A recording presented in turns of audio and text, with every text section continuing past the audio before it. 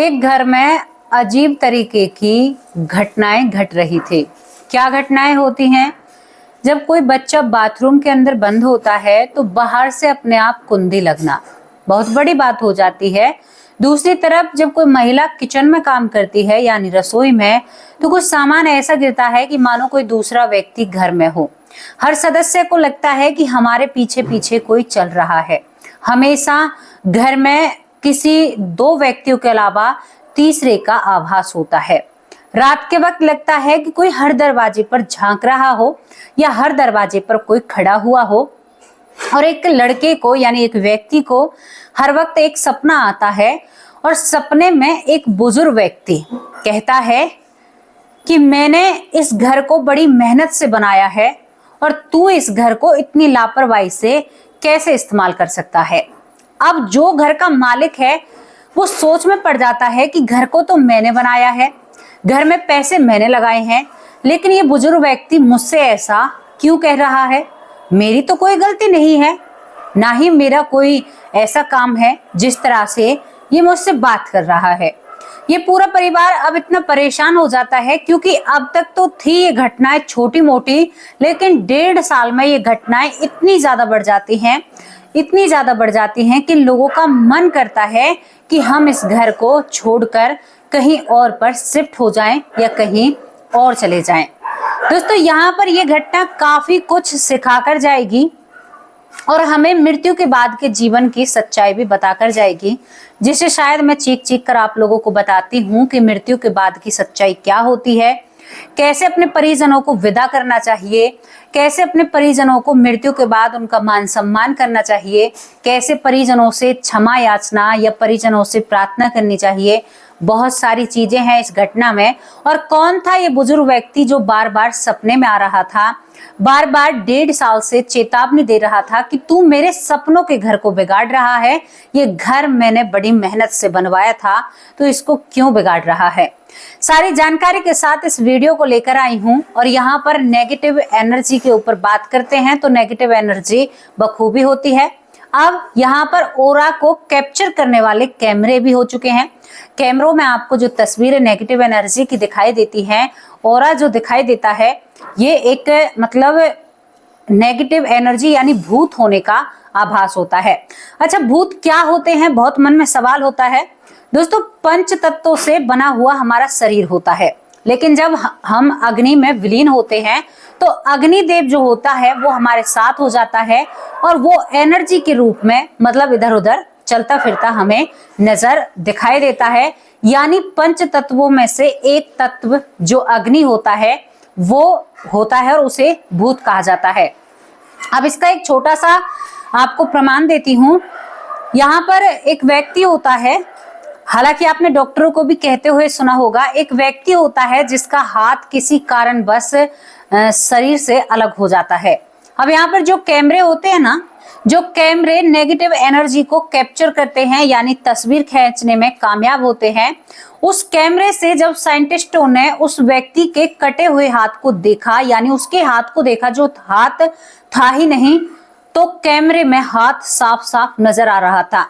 अब एक तरीके से देखें यानी भूत के तरीके से देखें तो इस चीज को देखने में बहुत डर लगता है, लेकिन इसको साइंस के हिसाब से देखें तो हमारे शरीर की जो ऊर्जा है ना, जिस तरह से आपने कभी देखा होगा कि अग्नि जल रही है और उसकी लो इधर उधर, अब हमारे शरीर का जो अंग नहीं है तो हमारे जो शरीर की गर्मी या ऊर्जा है उसकी लो वहां तक, यानी हमारा हाथ, हमारी जो सोल है यानी जो हमारी एनर्जी है जिससे हम बने हैं वो जरूर नजर आती है। इसी तरह से जो शरीर में हाथ है ही नहीं, जब उस कैमरे से देखा जाता है तो वो हाथ भी नजर आता है। बहुत बड़ी बात है। आज बहुत ज्यादा इस बात के ऊपर ध्यान से मैंने पढ़ा, देखा क्या चीज है, साइंस ने इस पर रिसर्च किया, तो यानी ऐसा कुछ भी देखने को मिला है। क्या आप इस पर यकीन करते हैं?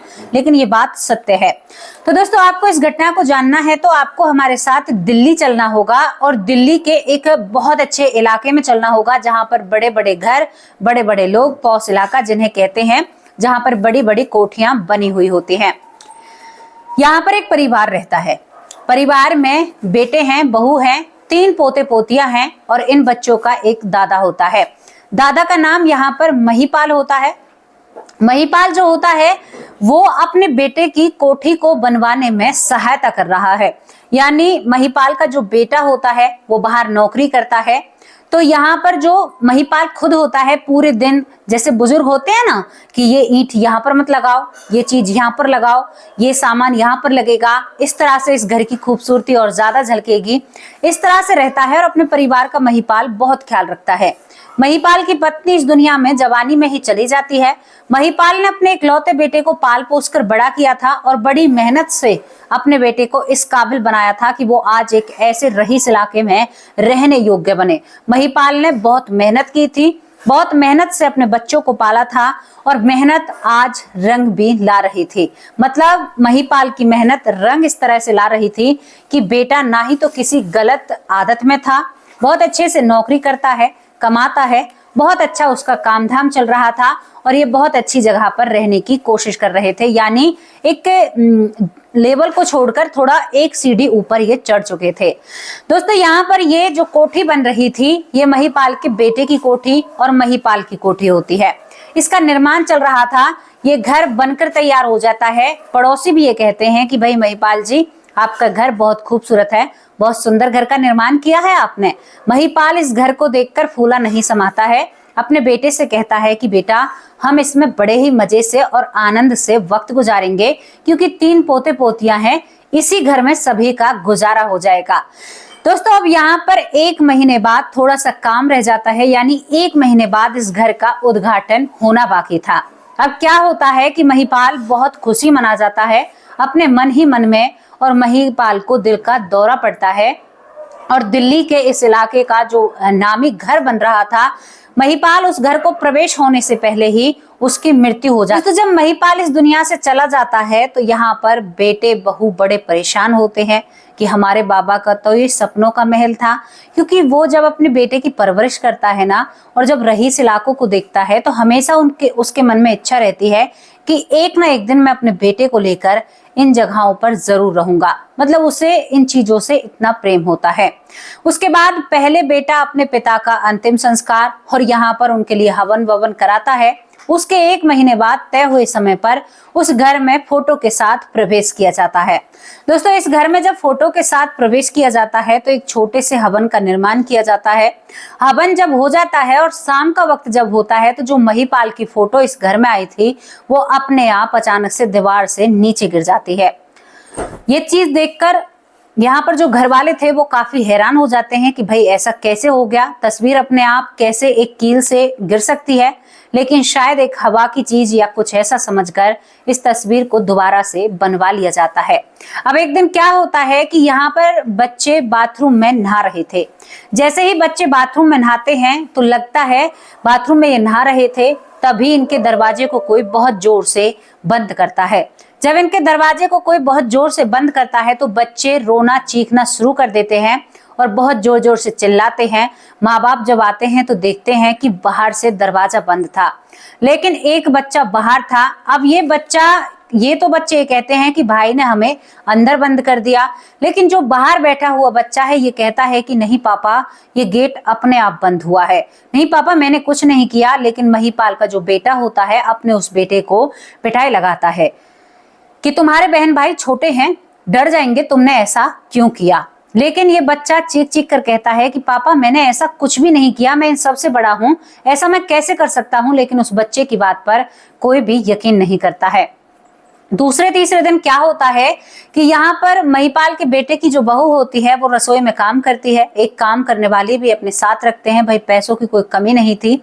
रसोई में जब काम चलता है तो क्या होता है कि कुछ सामान ऐसे होते हैं कि एकदम से जो स्लिप होती है ना, यानी रसोई में किचन में जिस पर गैस रखी हुई होती है उससे कप नीचे गिरकर टूट जाता है। अब एक तरफ मालकिन लगी हुई थी और एक तरफ नौकरानी लगी हुई थी। नौकरानी मालकिन की तरफ देखती है और मालकिन नौकरानी की तरफ देखती है। मालकिन कहती है कि क्या तुम्हारे आंखों पर कांचनी छाई हुई है, क्या पैसा इतना बर्बाद करने के लिए है, तुमने कप क्यों तोड़ दिया। तो नौकरानी कहती है कि हे बाबा मालकिन, आप मेरे ऊपर आरोप क्यों लगाती हो, ये कप मैंने नहीं तोड़ा।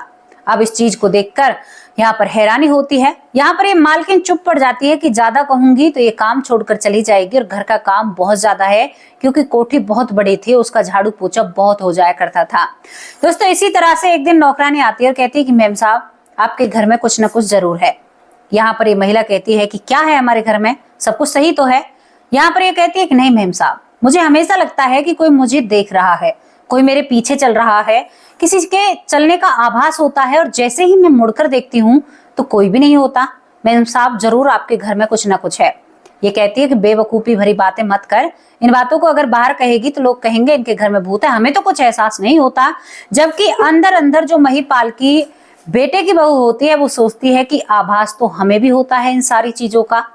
वो कप का गिरना, बच्चों का कमरे में बंद होना, कील से तस्वीर गिरनी। अब यहाँ पर ये घर परेशान हो चुका था, बहुत ज्यादा ये परेशान हो जाता है। दोस्तों यहाँ पर महिपाल का जो बेटा होता है उसे भी किसी ना किसी का आभास होता है। अब महिपाल का बेटा एक दिन सोया हुआ होता है। जब वो सो रहा था तो उसके सपने में उसके पिता आते हैं। पिता की आंखों में आंसू थे और पिता कहता है कि बेटा मैंने ये घर बड़ी उम्मीदों से बनाया था और तू इस घर को गलत तरीके से इस्तेमाल कर रहा है। तो एक बेटा अपने पिता से कहता है कि पिताजी आप कहां से आ गए, आप तो इस दुनिया में थे ही नहीं। तो यहाँ पर ये पिता कहता है कि मैं तुम्हारे घर में ही रहता हूं। अब यहाँ पर ये बेटा यकीन नहीं करता है। उसके बाद यहाँ पर ये बेटा कहता है कि पिताजी मैं तो घर में बहुत अच्छे से रहता हूं। तो ये पिता कहता है कि बेटा मैं भी इस घर में रहता हूं, लेकिन जो तुम्हारी वो काम वाली है ना, वो घर में चीजों को झटकती पटकती है, तोड़ देती है आधे से ज्यादा सामान। तुम उस काम वाली को हटा दो और बहू से बोलो बहू खुद करेगी घर का काम। अच्छा, एक बुजुर्ग व्यक्ति इस तरह की बातें कर रहा था। अब यहाँ पर एकदम से जो महिपाल का बेटा होता है उसकी आंखें खुल जाती हैं, और आंखें खुलने के बाद वो अपनी पत्नी को जगाता है। कहता है कि बाबा मेरे सपने में आए थे और कह रहे थे कि घर का काम तुम्हें करना चाहिए, नौकरानी हर चीज को तोड़ती फोड़ती है। तो यहाँ पर ये महिला कहती है कि बात तो आप सही कह रहे हैं, 2 टैलों को तोड़ दिया है, कप को तोड़ दिया है, बहुत सारी चीजों को। यानी पापा सच में ही इस घर में रहते हैं क्या?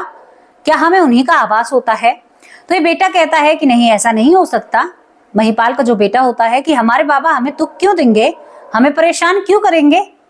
बाबा वैसे ही मेरे सपने में आ गए हैं, लेकिन वो कह रहे थे कि ये मेरा जान से ज्यादा प्यारा घर था। दोस्तों इसी तरह से अपने बाबा की बातों को इग्नोर कर कर और काम पर लग पड़ते हैं, लेकिन घर में गतिविधियां बहुत ज्यादा बढ़ने लगती हैं। नौकरानी बहुत ज्यादा शिकायत करती है। नौकरानी कहती है कि आज तो मुझे किसी ने धक्का मारा, मतलब नौकरानी को किसी ने धक्का मार दिया था।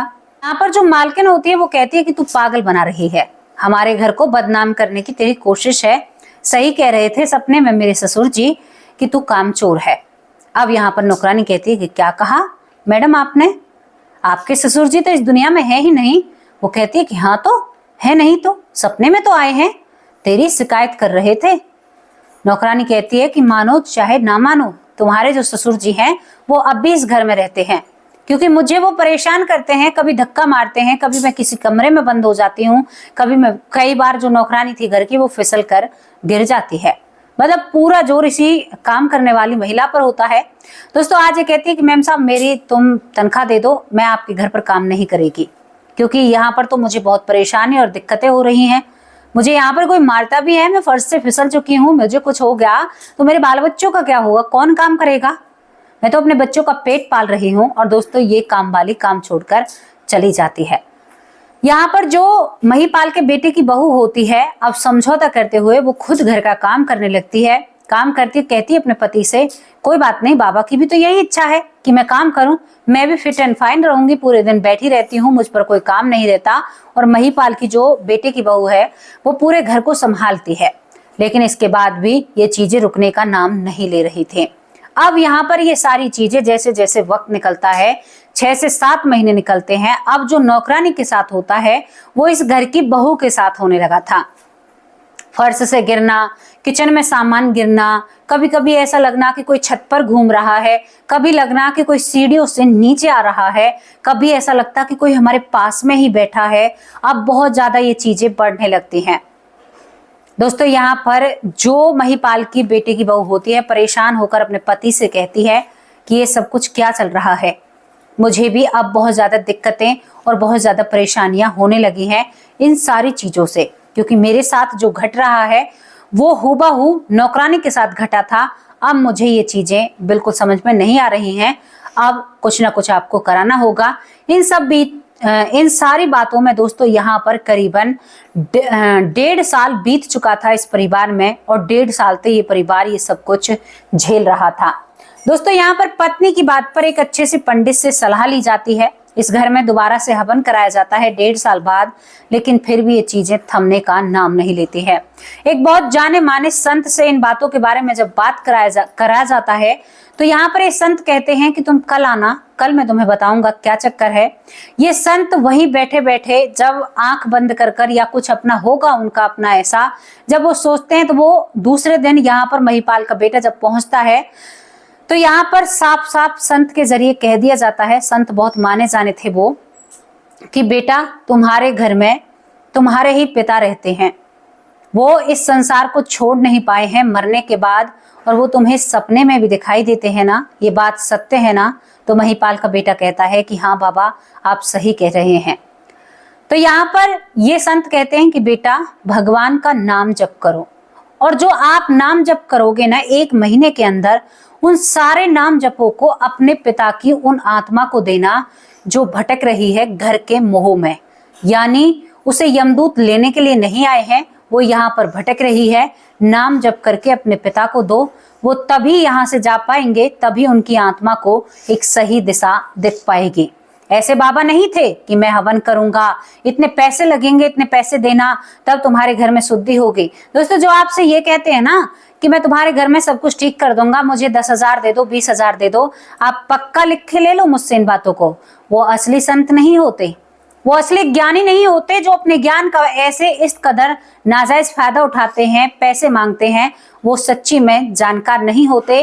वो केवल आप लोगों को पागल और आपका उल्लू काटते हैं, आपको बेवकूफ बनाते हैं। तो बिल्कुल भी उनके झांसे में मत आना। आत्मा को कैसे शांति दिलाई जाए? हवन के जरिए दिला सकते हैं, उनके नाम की कोई चीज दान कर सकते हैं। बहुत से लोग मृत्यु के बाद अपने परिवार के सदस्य को दिखाई देते हैं, कहते हैं कि मेरा इस चीज का मन है, तो उस चीज का जरूर दान करना चाहिए उनके नाम का। इस तरह की ये बातें होती हैं। जब संत के मुख से इन बातों को ये महिपाल का बेटा सुनता है, तो दोस्तों यहाँ पर उनके नाम की कई बहुत सारी उनकी जो फेवरेट चीज होती है महिपाल की, वो दान की जाती है। और 1 महीने की जगह 3 महीने का नाम जप दोनों पति पत्नी एक साथ बैठकर करते हैं। 3 महीने का जब वो नाम जप करते हैं तो भगवान से श्रद्धा पूर्वक कहते हैं कि हे प्रभु, भगवान का नाम जप करते हैं और कहते हैं कि प्रभु जो हमने 1 घंटे रोजी ना 1 घंटा नाम जप किया करते थे, वो 2 घंटे हो चुके थे, फिर 3 घंटे हो चुके थे।